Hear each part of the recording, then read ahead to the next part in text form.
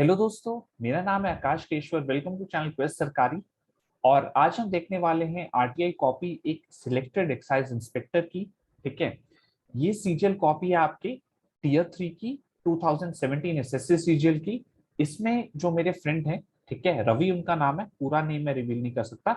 वो excise inspector Goa में selected थे और उनके जो मार्क्स आए हैं वो आप एज मेरे स्क्रीन पे देख सकते हैं। फर्स्ट यानी कि एसए में उनके 35 मार्क्स थे और सेकंड यानी कि लेटर में उनके 32 मार्क्स थे, तो उन्होंने 67 मार्क्स स्कोर किए हैं 100 में से टीयर 3 में। तो अगर आप किसी भी एसएससी टॉपर को सुनेंगे तो 60 plus marks are very good in SSC, 67 एक अच्छे मार्क्स हैं। ठीक है, 60 प्लस मार्क्स यानी आपको कोई नुकसान नहीं है, आप एक अच्छी रैंक ले सकते हैं टीयर 1 और 2 के बेसिस पे अगर आप 60 प्लस टीयर 3 में स्कोर कर जाते हैं तो। ठीक है, और टीयर 3 बहुत अनप्रडिक्टेबल है तो बहुत जरूरी हो जाता है उसको समझना। ठीक है, टीयर 3 में इवन ऐसी दिक्कतें हैं जो मैं आपको सजेस्ट करूंगा, जो मैं आपको गाइड करूंगा। अगर आपने कुछ वो चीजें मिस की तो आपकी शायद कॉपी भी चेक ना हो, आपको 0 मार्क्स अवार्ड किए जाएं और आप टीयर 3 से ही एसएससी सीजीएल से बाहर हो जाए, क्योंकि मिनिमम जो पासिंग मार्क्स है वो आपके 30 होते हैं टीयर 3 में। ठीक है, तो बिना टाइम वेस्ट किए हम स्टार्ट करते हैं। ठीक है, आपने अगर चैनल को सब्सक्राइब नहीं किया है तो आप सब्सक्राइब कर सकते हैं ताकि आपको नोटिफिकेशन अगली बार से जल्दी ही आ जाए जैसे ही मैं वीडियो डालूं। ठीक है, तो गाइस स्टार्ट करते हैं। तो मैंने ticket number, roll number, signature ये सब चीजें थोड़ी हाइड कर दी हैं। ठीक है, बिकॉज ऑफ कॉन्फिडेंशियलिटी इश्यूज। तो सबसे पहली बात जो अगर आप एसएससी की इधर कॉपी पे देखोगे कि नो कैंडिडेट्स, ठीक है, क्वेश्चन पेपर का answer box not wearing candidates roll number, signature and left hand thumb impression wherever required will not be evaluated and such candidate shall be awarded 0 marks। ठीक है, अगर आपने रोल नंबर, सिग्नेचर और left hand thumb impression नहीं डाला है अपनी answer sheet पे जहां भी जरूरत है तो आपको 0 मार्क्स दिए जाएंगे और आप एसएससी की रेस से बाहर हो। ठीक है, यही सेम अप्लाई होता है आपकी एसएससी सीएचएसएल में डिस्क्रिप्टिव जो टायर 2 वहां पे होता है। ठीक है, तो बात ऐसी है कि आप जैसे देख सकते हो कि टिकट नंबर है वो आपको फिल करना पड़ेगा, रोल नंबर आपको फिल करना पड़ेगा, signature, left hand thumb impression वो आपको फिल करना पड़ेगा, मीडियम आपका जो आंसर का है इंग्लिश या हिंदी वो आपको फिल करना पड़ेगा। ठीक है, और उसके बाद ये वाला सारा इन्विजिलेटर को फिल करना होता है। यहाँ पे आपको कुछ नहीं करना। यहाँ पे अगर आप इन कैंडिडेट का देखें जो एक्साइज इंस्पेक्टर सिलेक्टेड है, उनके 35 और 32 मार्क्स हैं, 1 और 2 सेक्शन में उनके टोटल 67 मार्क्स बने थे। तो अब हम इनकी आंसर कॉपी को इवेल्युएट करेंगे, देखेंगे कि कैसे इतने मार्क्स आते हैं और क्या कमियां हम इसमें फिक्स कर सकते हैं सो दैट हम इवन 70 प्लस भी जा सके। ठीक है, तो दोस्तों ऐसा करते हैं, अब हम अपने एसे से शुरू करते हैं। अगर आप देखें तो पहला क्वेश्चन क्या था उस ईयर में, right an essay on the subject given below, how far has demonetisation achieved it's objective, word limit is 250 words. अच्छा, वर्ड लिमिट आप प्लस माइनस 10% रख सकते हैं, यानी कि 225 से 275 तक आप जा सकते हैं। थोड़ा बहुत आगे पीछे और हो जाता है तो ज्यादा दिक्कत होगी नहीं, बट मैं स्टिल कहूंगा आप वर्ड लिमिट को फॉलो करो, आपको ब्रीच नहीं करनी जो इन्होंने सजेस्ट किया उससे। ठीक है, तो बात ऐसी है, पढ़ना शुरू करते हैं इससे को। Demonetisation is the process of removing a particular type of money, currency from circulation. अगर आप देखो तो यहाँ पे ना दो वर्ड है, मनी और करेंसी। आई थिंक आपको इनको ना अलग बॉक्सेस में लिखना चाहिए because these are two different words. आप इनको एक में मत लिखो, स्पेशली ध्यान जाता है जैसी आपका जो टीचर है वो उसको इवेल्युएट करना शुरू करता है। किसी भी साल की जो इंपॉर्टेंट टॉपिक है जैसे डिमोनेटाइजेशन, उस साल का 2016 का बहुत इंपॉर्टेंट टॉपिक था, तो वही आपका इसमें एसएससी में आ गया।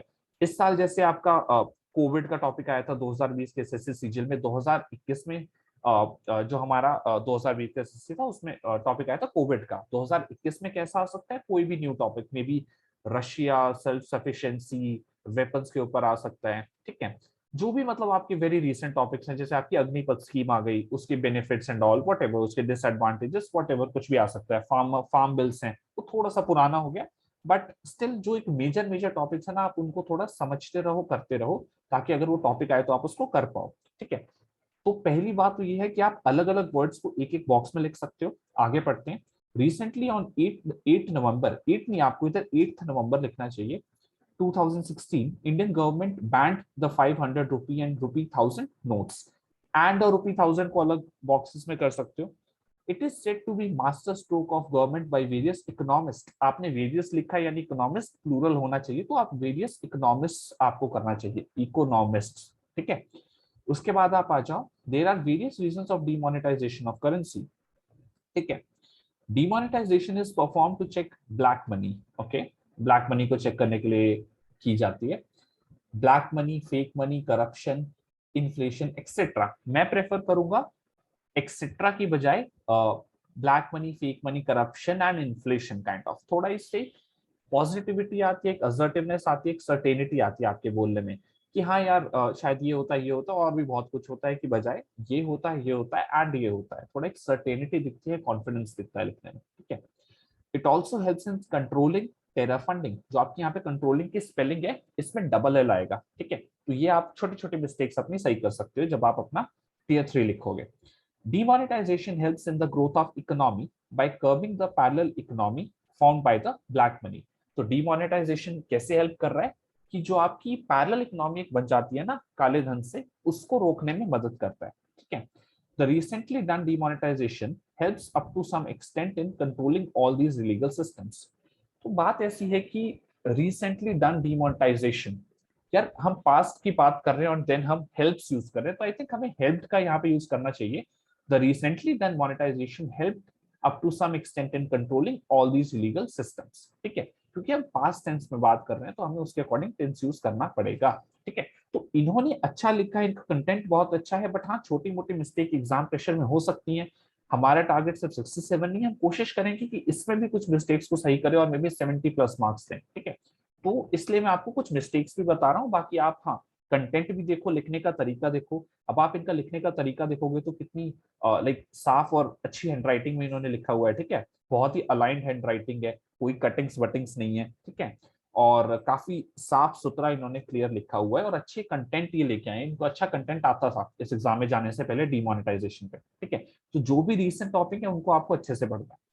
Owing to demonetization, Indian economic growth hampered for some time, but now again it's gaining momentum. थोड़ी सी गड़बड़ है सेंटेंस में, ओनिंग नहीं होगा, ओइंग होगा, OWING। Owing to demonetization, demonetization की वजह से, ठीक है।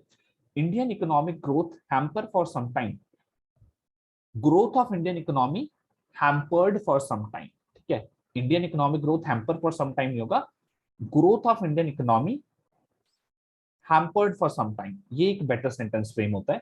But now again it's gaining momentum, this part is fine. The presently estimated growth rate is about 7.5%, ठीक है। It also controlled the movement of separatists, it also controlled या फिर controls, ठीक है। इनमें से आप लिखोगे it also controlled the movement of separatists in JNK and Naxal affected area। तो इस सेंटेंस को सही करना पड़ेगा, it also controlled the movement of separatists, एक सेपरेटिस्ट नहीं है, in Jammu and Kashmir and Naxal affected areas, area नहीं है, बहुत सारे एरिया में नक्सल है, ठीक है। It also control the movement of separatist in JNK and Naxal affected areas, because पैसा नहीं है तो मूवमेंट तो रुकेगा, ठीक है। Demonetization also helps in encouraging cashless economy, बिल्कुल ठीक है। After demonetization, cashless transactions, एक ट्रांजैक्शन नहीं हो रहा, बहुत सारे हो रहे हैं। After demonetization, cashless transactions increases by 40%। तो ऐसी बात है, हम एक डेटा दे रहे हैं, ठीक है। सबसे अच्छी बात इधर ये है कि इन्होंने एक डेटा कोट किया है 40%। अगर आप डेटा ला सकते हो तो वो आपका जो ऐसे है काफी इंप्रेसिव बना देता है, ठीक है। तो demonetisation also helped in encouraging cashless economy. After demonetisation cashless transactions increased by 40%, वो बढ़ चुके हैं, वो बढ़ेंगे नहीं, इंक्रीजेस में, वो बढ़ चुके हैं, ठीक है। After demonetisation cashless transactions increased by 40%, ठीक है। It also helps in controlling tax invasion, ठीक है। कंट्रोलिंग की स्पेलिंग थोड़ी गलत है, डबल एल आएगा, और टैक्स इवेजन होगा, इन्वेजन नहीं इवेजन। इन्वेजन हो जाता है जब आप किसी देश पे हमला करते हो, जैसे Russia invaded Ukraine, Russia invaded Ukraine, that is invasion, ठीक है। बट इवेजन होता है भागना, टैक्स इवेजन मतलब आप टैक्स से भाग रहे हो, टैक्स को बचा रहे हो, काला धन इकट्ठा कर रहे हो, तो टैक्स इवेजन आएगा। छोटी छोटी मिस्टेक्स हैं जिसका आप ध्यान रख सकते हो आप अपने टीयर 3 में, जिससे आपके मार्क्स और बढ़ेंगे, ठीक है। But demonetization also causes some problems, बिल्कुल ठीक बात है। इन्होंने पहले उसके पॉजिटिव्स बताए कि भाई मिलिटेंसी रुक रही है, ये रुक रहा है, अपना कैशलेस इकोनॉमी आ रही है, अभी नेगेटिव पार्ट पे आ रहे हैं, ठीक है। But demonetization also causes some problems. People suffer lack of money during wedding of their children, ठीक है। They have to wait in queues for a long time.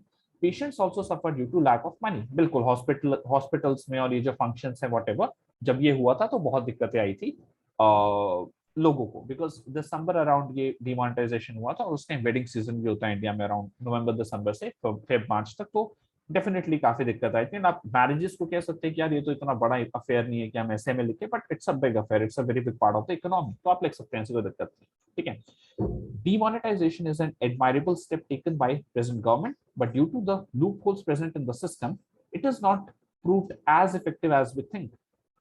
तो ये सेंटेंस में थोड़ी सी गड़बड़ है। It did not prove as effective as we thought.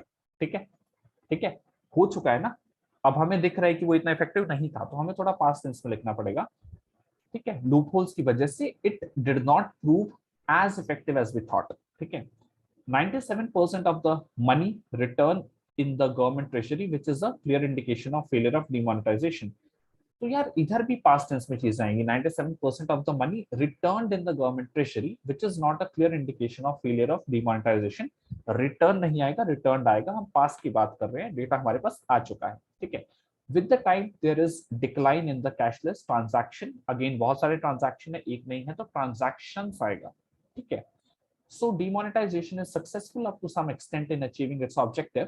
It may become more successful if loopholes present in the system were removed. ठीक है, तो देखो दोस्तों, बात ऐसी है, अगर इसको मैं समराइज करूं, तो ये जो कैंडिडेट हैं रवि, जो एक्साइज इंस्पेक्टर गोवा में सिलेक्ट हुए, इनका कंटेंट बहुत ज्यादा जबरदस्त है। ठीक है, इनको बहुत सारे फैक्ट्स पता थे, इन एंड आउट, इनको डिमोनेटाइजेशन की पॉजिटिव्स बेनिफिट्स और वो पता था, इनका फ्लो बहुत अच्छा था लिखने का। इन्होंने थोड़ा इंट्रोडक्शन दिया, देन ये पॉजिटिव्स पे आए, देन ये नेगेटिव्स पे आए, देन इन्होंने एक बहुत मिला जुला सा कंक्लूजन दिया, बहुत एक्सट्रीम नहीं लिया कि भाई डिमोनेटाइजेशन बेकार था, डिमोनेटाइजेशन बहुत अच्छा था। इन्होंने एक मिला जुला सा सिस्टम लिया, एक न्यूट्रल पर्सपेक्टिव रखा, जो कि आपके एग्जाम में रखना है। आपको एक साइड नहीं जाना, आप गवर्नमेंट के अगेंस्ट या पॉलिसीज के अगेंस्ट जाके मत जाओ ऐसे, इसमें आपका पर्सनल व्यू जो भी हो, आप इसके अगेंस्ट मत जाओ। ठीक है, तो इन्होंने बहुत अच्छा लिखा, बहुत क्लियर राइटिंग थी, कुछ कुछ ग्रामेटिकल मिस्टेक्स थी जो मैंने आपसे शेयर की, जो मुझे लगी कि सही हो सकती थी। तो मे बी अगर आप इस चीज को फॉलो करो तो आपको शायद 70+ मार्क्स भी ओवरऑल मिले, और इसमें शायद 40+ मार्क्स आप ले लो अपने ऐसे में। ठीक है, अब आ जाते हैं हम नेक्स्ट पार्ट पे। अच्छा, एक और चीज बता दूं, जितने आपके ऐसे में आए उसके आसपास ही आपके लेटर में या फिर प्रेसी में जो आजकल आता है उधर आएंगे, कोई ज्यादा फर्क नहीं पड़ेगा, तो ऐसे पे अच्छे जोर मार के लिखना। ठीक है, दूसरे पे आ जाते हैं। You are Rajan Rajni, a resident of Lodhi Road, New Delhi. You have been selected for the post of marketing manager in a public sector enterprise. Due to some unavoidable reasons, you are unable to join immediately as required by the employer. Write a letter to the said enterprise seeking some time to join your duty, giving convincing reasons. Word limit is 150 words. तो word limit का आपको ध्यान रखना है, वही 10% का रहता है, तो यानी कि आप 135 से लेके 165 तक लिख सकते हैं वर्ड्स। ठीक है, अच्छा, हल्की सी गड़बड़ है। अनफेयर मीन्स आजकल बहुत लगता है, जो भी आपको यहाँ पे डिटेल या एड्रेस दिया है उसके अलावा कोई भी डिटेल, कोई भी नाम आपको नहीं लिखना, नहीं तो आपके यूएफएम लग जाएगा, चीटिंग केस है, और आपका टीयर 3 से आप बाहर हो जाओगे एसएससी सीजीएल के, चाहे टीयर 1 2 में आप टॉपर भी हो पूरे कंट्री के। ठीक है, तो इन्होंने जैसे लिखा है 98C Lodhi road new Delhi, तो आप अवॉइड करना, जैसे यहाँ पे सिर्फ लोधी रोड न्यू दिल्ली दिया है, आप ये कुछ मत ऐड करो 98C, यूएफएम का केस हो सकता है आगे जाके। तब तक यूएफएम नहीं था, बट हाँ 1-2 साल से काफी केसेस आ रहे हैं, तो आप 98C वाली चीज भी अवॉइड कर सकते हो। ठीक है, Lodhi road new Delhi, 98C Lodhi road new Delhi, सिर्फ लोधी रोड रखो, न्यू दिल्ली रखो। ठीक है, ये आप हटा सकते हो। इसके बाद इन्होंने डेट लिखी है, बहुत सही है, the senior marketing manager public sector enterprise. ABC भी मत लिखो क्योंकि कहीं दिया नहीं हुआ। ठीक है, यूएफएम आजकल बहुत स्ट्रिक्ट है, पहले नहीं होता था। अब ऐसा नहीं है कि आप चीटिंग की वजह से कर रहे हो, बट हाँ पहले हम जैसे स्कूल्स में हर जगह ये सब चीजें लिखते थे अज्यूम करके खुद एड्रेसेस, बट एसएससी आजकल काफी स्ट्रिक्ट है, तो आप ये कुछ भी एडिशनल मत लिखना अपनी आंसर शीट में, खासकर एड्रेसेस में। जो दिया है सिर्फ उतना लिखो, चाहे कम लगे, पूरा लगे, ज्यादा लगे, उतना लिखो। ठीक है, फिर इन्होंने लिखा है subject regarding inability in joining immediately. Okay, sir, I am received my joining letter for the post of our marketing manager yesterday. It is mentioned in the letter that I have to join the past post immediately, but I am not able to do so. ठीक है, but I will not be able to do so, ये एक better sentence बनता है, but I am not able to do so। और एक और चीज मैं कहूंगा, आप जो but है ना, वो आपका कंजंक्शन है, उसको आप नए सेंटेंस में मत शुरू करो, आप ऐसे लिखो I have to join the post immediately but I will not be able to do so. ठीक है, बट आपका स्टार्टिंग नहीं हो सकता, वो एक कंजंक्शन है, वो सेंटेंसेस को जोड़ता है। I am not able to do so के बजाय आप लिख सकते हो I will not be able to do so. ठीक है। Recently my parents met with an accident, cutting हुई है, आप देख रहे हो बहुत ज्यादा फर्क नहीं पड़ता, but I will still say avoid करो, ज्यादा अच्छा इंप्रेशन नहीं होता। ठीक है। They got severely, they get नहीं होगा, गॉट होगा, पास्ट की बात हो रही है, they got severely injured, so they need extreme care. I am the only child they have, so I have to take care of them in this time of need. I cannot leave them. I love my parents very much. Even they will feel happy if I stay with them. It also helps them in recovering from the shock. Hope you understand my problem and give me some time to join my duty. Thanking you, yours truly, Rajan. ठीक है। अब देखो इन्होंने angle पकड़ा कि मेरे parents का accident हुआ है, उनकी तबीयत काफी खराब है, उनको एक्सट्रीम इंटेंसिव केयर चाहिए, तो मैं इसलिए ज्वाइन नहीं कर पाऊंगा। ठीक है। ऐसे ही आप कोई और भी स्टोरी बना सकते हो। ठीक है कि आप क्यों नहीं ज्वाइन कर पाओगे, maybe you are preparing for some future options, जैसे यूपीएससी में अगर आप आगे की तैयारी कर रहे हैं तो आप बता सकते हैं कि मैं 6 मंथ्स बाद ज्वाइन करूंगा बिकॉज ऑफ माई इनएबिलिटी, मैं इस एग्जाम के लिए अपियर हो रहा हूँ या वट एवर। तो आप कोई भी रीजन बना सकते हैं, दैट इज फाइन, आप उसको अच्छे से फ्रेम करो, जैसे इन्होंने फ्रेम किया कि मेरे पेरेंट्स की एक्सीडेंट हुआ, उनको इंटेंसिव केयर चाहिए और मैं उनको हेल्प आउट करना चाहता हूँ from recovering for the shock, मैं अकेला चाइल्ड हूँ अपने पेरेंट्स का। तो आप इस तरह से स्टोरी बना सकते हो। लेटर में मैं इतना ही कहूंगा, कुछ ज्यादा इसमें बॉडी में नहीं होता है। ठीक है। आप मेन ध्यान देना एड्रेसेस पे, यूएफएम का केस मत बनने देना, कुछ भी एडिशनल इन्फॉर्मेशन मत ऐड करना, अपना सब्जेक्ट बहुत इफेक्टिव लिखना। ठीक है। और फॉर्मल है तो थोड़ा सैल्यूटेशंस का ध्यान रखना, जैसे इन्होंने सर यूज किया है, आखिरी में योर्स ट्रूली कर दिया, योर्स ऑबिडेंटली कर दिया। ठीक है, ऐसा कुछ आप यूज कर सकते हो। और फाइनली लास्ट में कंक्लूजन दे दिया, जैसे कि hope you understand my problem, problem को अच्छे से एक्सप्लेन किया। ठीक है। और आखिरी में कंक्लूजन दिया काफी अच्छा। तो इस तरह से आप अपना लेटर भी लिख सकते हो। इसमें मैं कहूंगा कोई ज्यादा कमी है नहीं। अराउंड जो आपके एसए में है वही आपको दे दिया जाएगा मार्क्स, अराउंड जो भी, जैसे इनके 35 थे 32 यहाँ पे आ गए तो 67 मार्क्स आ गए। तो एससी पे बहुत डिपेंड करता है। अगर आपका एससी अच्छा है तो आपको लेटर और एससी में अच्छे मार्क्स मिल ही जाएंगे। ये मैंने 3-4 आंसर शीट्स देखी हैं एसएससी सीजीएल टायर 3 की आरटीआई कॉपी की, same he I think CHSL में होता होगा टीयर 2 में, क्योंकि सेम ही टीचर्स आपका चेक करते हैं। तो यही क्रक्स है, पहले पे ध्यान दो, सेकंड में अराउंड सिमिलर मार्क्स आपको मिल जाएंगे। थोड़ी बहुत मिस्टेक्स चलती हैं, आप देख रहे हो, ऐसा कोई इशू नहीं है। प्यार से तैयारी करो, थोड़ा पढ़ते रहो, अपनी नॉलेज अपग्रेड करते रहो, जरूर आपका सीजीएल टीयर 3 में अच्छे मार्क्स आएंगे। बट हाँ, इसको ढीला मत लेना, थोड़ा थोड़ा पढ़ते रहो, हर हफ्ते 1-2 लेटर प्रेसी ऐसे लिख के प्रैक्टिस करते रहो, जरूर होगा। तो दोस्तों ये था सीजीएल 2017 की आंसर कॉपी, एक एक्साइज इंस्पेक्टर सिलेक्टेड की। और बहुत आई थिंक आपको हेल्प मिली होगी इससे। मैं और भी आरटीआई कॉपीज लाऊंगा, उनको रिव्यू करूंगा, अपने थॉट्स बताऊंगा, ताकि आपको बहुत हेल्प मिले। और अगर आपको वीडियो अच्छी लगी हो तो आप जरूर लाइक शेयर करना, चैनल को सब्सक्राइब कर लेना, ऐसा ही कंटेंट मैं लाता रहूंगा। Thanks a lot guys for watching the video.